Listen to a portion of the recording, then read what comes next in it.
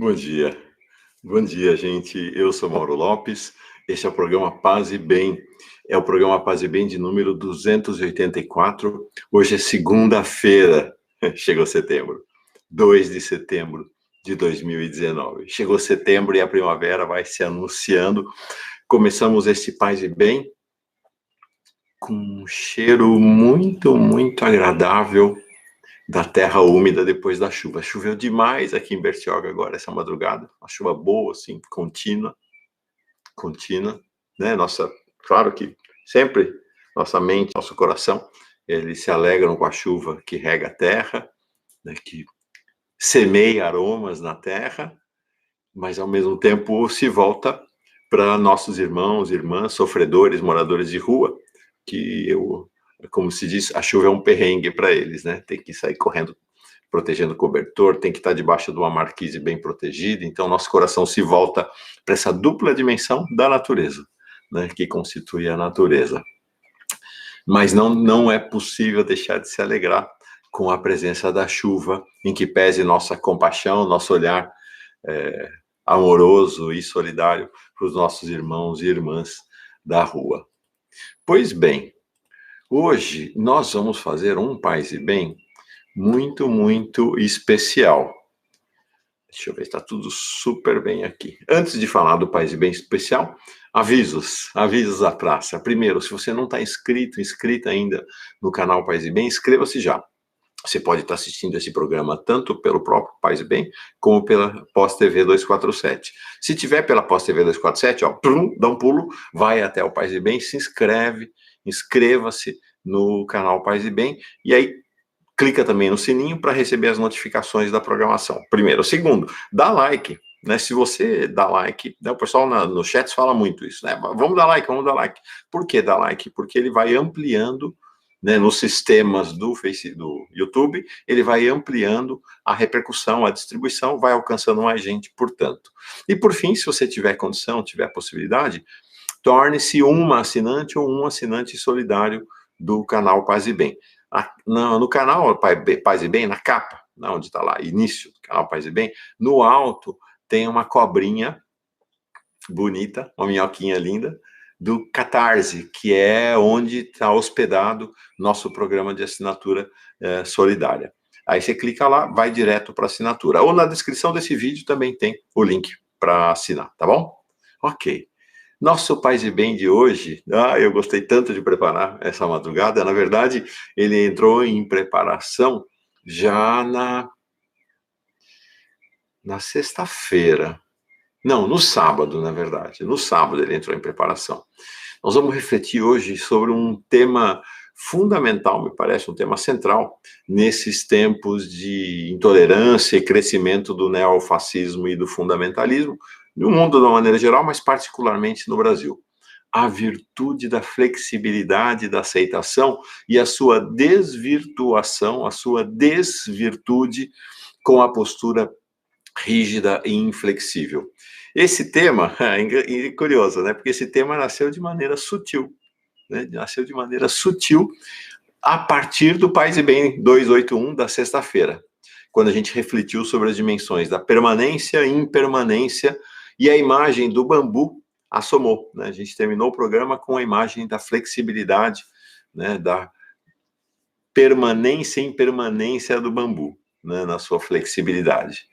Pois é, aí o Faustino Teixeira, que é professor de espiritualidade aqui no canal Paz e Bem, e ele me procurou depois, dizendo que tinha gostado, que tinha curtido bastante o programa, e aí ele observou assim, olha o que ele escreveu para mim, bonito, achei bonito demais. Eu gosto muito de falar na bambuidade do bambu. Não entender o bambu como um símbolo de nada, mas simplesmente expressar o que o bambu é. É fantástico esse texto do Faustino, porque aqui está o coração da espiritualidade. A espiritualidade nada mais é que consigamos expressar aquilo que nós somos. Portanto, o auge da espiritualidade é a nossa humanidade. Ou, o auge da espiritualidade é a nossa capacidade de sermos quem somos integrados ao cosmos, como partes do multiverso, como integrantes do multiverso, ou como, para usar uma expressão que é mais cara, particular ao cristianismo, como criaturas, como filhos e filhas da criação. É um tema que nos atravessa. É lindo, né? Essa imagem que o Faustino mandou realmente é muito bonita e é central no caminho da espiritualidade, que está muito além do caminho da religiosidade. Pois bem, e se há algo que o bambu é flexível. E essa é uma questão central da vida. Questão central da vida. Quanto mais a gente vai avançando nos anos, não todo mundo, mas acho que muita gente, né? Boa parte. Opa, eu nem marquei aqui o tempo. Hoje vai ser como Deus manda o tempo do Paz e Bem de hoje. Quanto mais a gente vai avançando nos anos, mais a gente vai se dando conta que a vida, que nada na vida é tão pão, pão, queijo, queijo, como nos parece nos anos da juventude, né? Quando somos rígidos, inflexíveis, com uma tendência moralista. Sim, porque essa é uma questão interessante. Se a gente olhar bem para a sociedade, os maiores moralistas da sociedade são jovens. Né? A juventude, ela tem uma tendência à rigidez, à inflexibilidade. Por quê? Porque a gente está no ardor das nossas ideias, dos nossos ideais, dos nossos pensamentos, e aquilo nos toma de maneira tão visceral que a gente não tem flexibilidade, né? A gente é super radical, super tende a ser, desculpa, radical não, porque radical é para ser a vida inteira. A gente tende a ser inflexível. Mas o tempo, os anos vão passando e, em geral, ou muitas vezes, vai temperando. O tempo tempera. Que lindo, né? O tempo tempera. O tempo vai temperando a inflexibilidade e a rigidez com flexibilidade e suavidade. A gente tem condição, se tem o coração aberto, de irmos nos tornando mais flexíveis e suaves ao longo da vida. Ou é uma condição. Acontece? Tem vezes que sim, tem vezes que não. E deveria, talvez, fazer esse caminho. Tem muita gente que não faz. Na sociedade polarizada de hoje em dia, esta questão ela está colocada no terreno da disputa atual, né, da disputa central no interior da sociedade. Então, você tem os neofascistas e os fundamentalistas que estão, né, na verdade, super aprisionados aos medos típicos da infância e do início da juventude, que se tornaram adultos rígidos, inflexíveis, duros, né? É o Bolsonaro. Apesar da gente saber o que ocorre por debaixo dos panos, né? A gente sabe que essa rigidez, inflexibilidade, dureza, nos mais das vezes, é uma capa para que eles possam deitar e rolar por debaixo dos panos, né? A gente sabe bem disso. Eu me lembro da imagem de um amigo dos Estados Unidos, né, nessa coisa da uma família rigidamente protestante lá nos Estados Unidos, que ele contava isso, né? Que enquanto as crianças ficavam no quintal, as crianças e as mulheres, né? No quintal, bebendo limonada, porque era proibido álcool na casa, os homens adultos estavam lá, né, em cima da garagem, né, no quartinho em cima da garagem, enchendo a cara de uísque. Então, isso é um pouco fundamental, né? Um pouco não, é uma das dimensões do fundamentalismo. Tem gente que é fundamentalista, de fato, de maneira, vamos dizer assim, integral, né? É rígido, até que quebra, mas é rígido por muitos e muitos anos. Então, na sua rigidez, os fundamentalistas, os neofascistas, eles tudo condenam. Tudo é alvo de anátema, tudo é alvo de sentença cabal. E as sentenças dos fundamentalistas e neofascistas é sempre de condenação, nunca tem absolvição, é sempre de condenação. Por sinal, todos nós, né? Toda vez que a gente julga alguém é para condenar. Eu nunca vi no tribunal da minha mente e coração alguém sair inocentado. É sempre condenado, né? Sempre condenado. Então, nesse sentido, esta maneira de conduzir, esta maneira de agir, torna, do ponto de vista social, macro-social, os neofascistas e os fundamentalistas em anunciadores da morte. né? Porque essa rigidez os faz condenar todos aqueles que não são exatamente iguais a eles, condená-los à morte, né? Condená-los à morte física mesmo, ou à morte em vida, com a expulsão das instâncias da sociedade. A gente vê, por exemplo, nas universidades, esse caminho cada vez maior de busca de expulsão de professores que pensam diferente, de impedir a eleição de reitores que pensam diferente, e assim vai. E isto vai num processo cada vez mais radical, né? Eles vão anunciando, né, vão lançando seus anátemas, suas condenações, né? A esquerda é o grande alvo dela, mas mesmo as pessoas de direita que não são exatamente como eles projetam, também são alvo dessa condenação, né? Então é algo que vai, cada vez mais você vai, né, estreitando o círculo, né? Vale a pena observar o que foi o do fenômeno do nazismo. Foi exatamente assim, né? Você vai condenando, né? Vai estreitando, até que fica um núcleo extremamente diminuto. É o que está acontecendo com o bolsonarismo agora, e esse é o anúncio do próprio fim deles, né? Como foi do nazismo, será também o fim do bolsonarismo. Mas essa é uma característica, né? Então, se a gente deseja, pois bem, e nós? Se a gente deseja uma espiritualidade que vincule o melhor da tradição da esquerda, e eu repito, há uma espiritualidade que se vincula à esquerda. O que é a esquerda? A esquerda é entendida como aquela porção da sociedade que se alinha aos pobres, aos despossuídos. Essa é uma escolha, é um lugar na vida. É um lugar na vida. Assim como os neofascistas escolhem, e a direita, de uma maneira geral, escolhe um lugar na sociedade que é alinhar-se aos interesses dos ricos, ou, pelo menos, estar submetida aos interesses dos ricos na ilusão de que um dia chegará a esse nirvana da riqueza material. Então, se a gente está nesse lugar, que é o lugar da esquerda, a gente tem que ser firme nos princípios. A gente tem que ter capacidade de indignação. A entrevista com o presidente Lula que a gente fez em 22 de agosto, pelo 247, mostrou isso, né? Alguém indignado. Mas não tem raiva, não tem ódio. É flexível, é suave. É suave, impressionante, né? Na entrevista do Lula, mais uma vez. Por sinal, entrou no ar, já nesse fim de semana, a versão editada da entrevista do Lula. Muita gente reclamou dessa... Não é que reclamou, é que saiu uma versão no próprio dia que a gente fez, com a câmera só focada nele, a voz dos entrevistadores estava um pouco mais baixa, mas a gente teve a intenção de soltar o quanto antes. Mas agora saiu esse fim de semana uma versão muito bonita, editada da entrevista. Que homem suave, que homem firme em seus princípios, que homem indignado, mas que homem suave, né? Que maravilha, né? Que flexibilidade, né? Que sorriso, né? Que alegria de viver. Então, se a gente cultiva a flexibilidade, se a gente cultiva a suavidade, a gente vai no caminho de sermos amantes da vida. Em alegria e paz. Bambus, né? E aí o Faustino nos presenteou, então, com uma fagulha para a gente meditar esse caminho da flexibilidade, da suavidade. Ele indicou um trecho do Tao Te Ching vai ser a nossa fagulha para a meditação de hoje.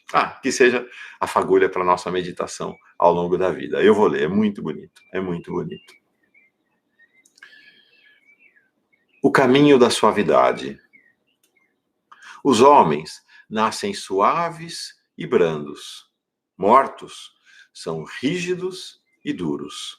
As plantas nascem flexíveis e ternas. Mortas são quebradiças e secas. Assim, aquele que é rígido e inflexível é um discípulo da morte. Quem é suave e adaptável é um discípulo da vida. O duro e o rígido quebrará. O suave e o flexível prevalecerá. Maravilha, né? Maravilha, lindíssimo, lindíssimo, realmente muito impactante, muito impactante. O Tao Te Ching, vou agora ler aqui a referência que eu peguei para a nossa conversa aqui. O Tao Te Ching é um livro fundamental da literatura chinesa, foi escrito, estima-se, entre 350 e 250 antes da Era Comum, ou antes de Cristo, e a obra é atribuída ao Lao Tse. Lao Tse, acho que esse nome é um nome que ecoa na memória de muita gente, né? Lao Tse, um filósofo e escritor chinês que fundou o taoísmo. O taoísmo, então, vem do nome desta obra atribuída ao Lao Tse, que é o Tao Te Ching, taoísmo. Nas últimas décadas, alguns pesquisadores têm levantado a hipótese de que o livro é, na verdade, uma composição, uma reunião de diversos provérbios, poesias vinculadas à tradição oral coletiva, como, por exemplo, o caso da Bíblia, né, no cristianismo.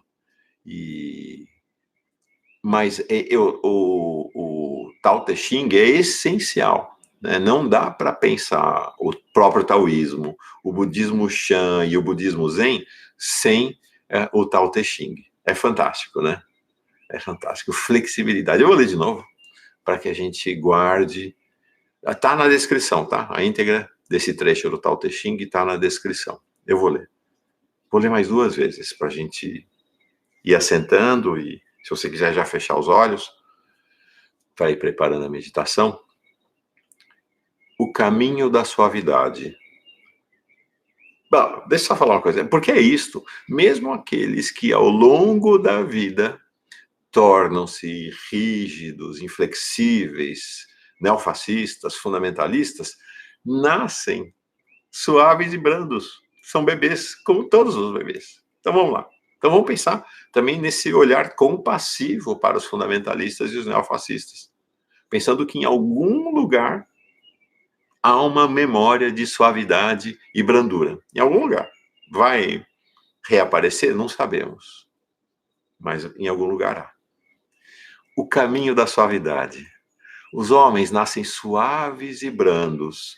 Mortos são rígidos e duros. As plantas nascem flexíveis e ternas. Mortas são quebradiças e secas. Assim, aquele que é rígido e inflexível é um discípulo da morte. Quem é suave e adaptável é um discípulo da vida. O duro e o rígido quebrará. O suave e o flexível prevalecerá. Ok? Última vez e vamos para a meditação. O caminho da suavidade. Os homens nascem suaves e brandos. Mortos são rígidos, duros. As plantas nascem flexíveis e ternas. Mortas são quebradiças, secas. Assim, aquele que é rígido e inflexível é um discípulo da morte. Quem é suave e adaptável é um discípulo da vida. O duro e o rígido quebrará.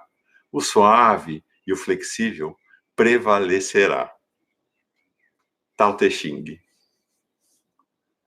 Então, façamos de alguma maneira, cada uma à sua maneira, esse caminho da suavidade e da flexibilidade, da brandura, da ternura. Façamos esse caminho. É o caminho da vida. Então, para encerrar, nós vamos agora, então, meditar a suavidade. Olha aqui, eu não tinha nem observado ainda. O sol, pelo jeito de transmissão aqui, não dá para observar antes. Essa aqui essa aqui eu trouxe do Peru. Adoro o Peru, acho o Peru realmente fantástico. Estão vindo depois da chuva, então a passarada começa a cantar. Tem menos pássaros hoje, que acho que por causa da chuva tem uma passarada ainda recolhida. Essa luzinha que está aparecendo agora, que eu estou vendo entre a nossa orquídea tão flexível, nosso cactus nem tão flexível assim, é um poste de luz ali na rua, ali atrás. Mas já dá para divisar ao fundo uma claridade que começa a somar. Acho que não vai ter sol nascendo hoje, porque está tudo muito nublado por causa da chuva. Mas vamos lá? Ok, então. Tao Te Ching. Flexibilidade.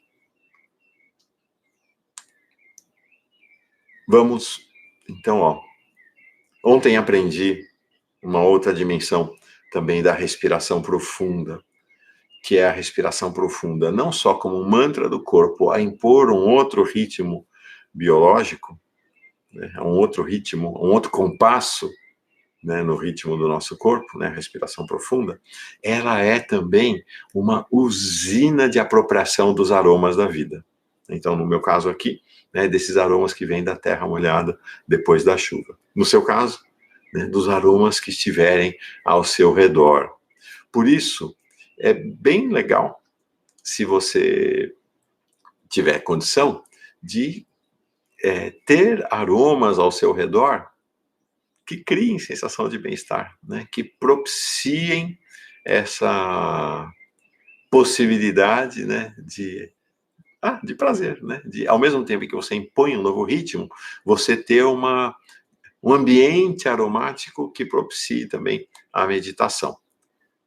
No nosso próximo encontro, eu vou dar uma dica de um aroma que propicia a meditação. Fica para quinta-feira. Ok? Então vamos lá, respiração profunda, olhos fechados e o mantra da mente, né? O mantra dentro da nossa cabeça, do nosso corpo todo. Vamos lá, eu fechei meus olhos, fecha os seus, vamos.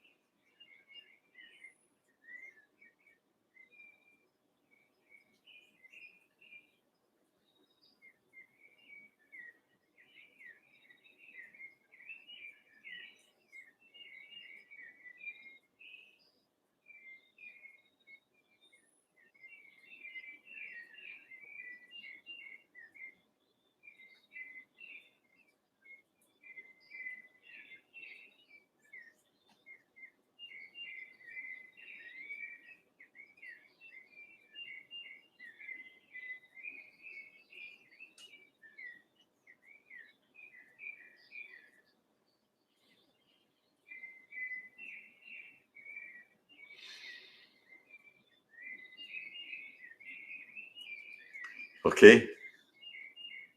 Impressionante, né? Desde o Paz e Bem da sexta-feira, que a gente está tendo essa oportunidade de, né, com a minha vinda aqui para casinha, como os pássaros chegaram perto, né? Como os pássaros realmente chegaram perto.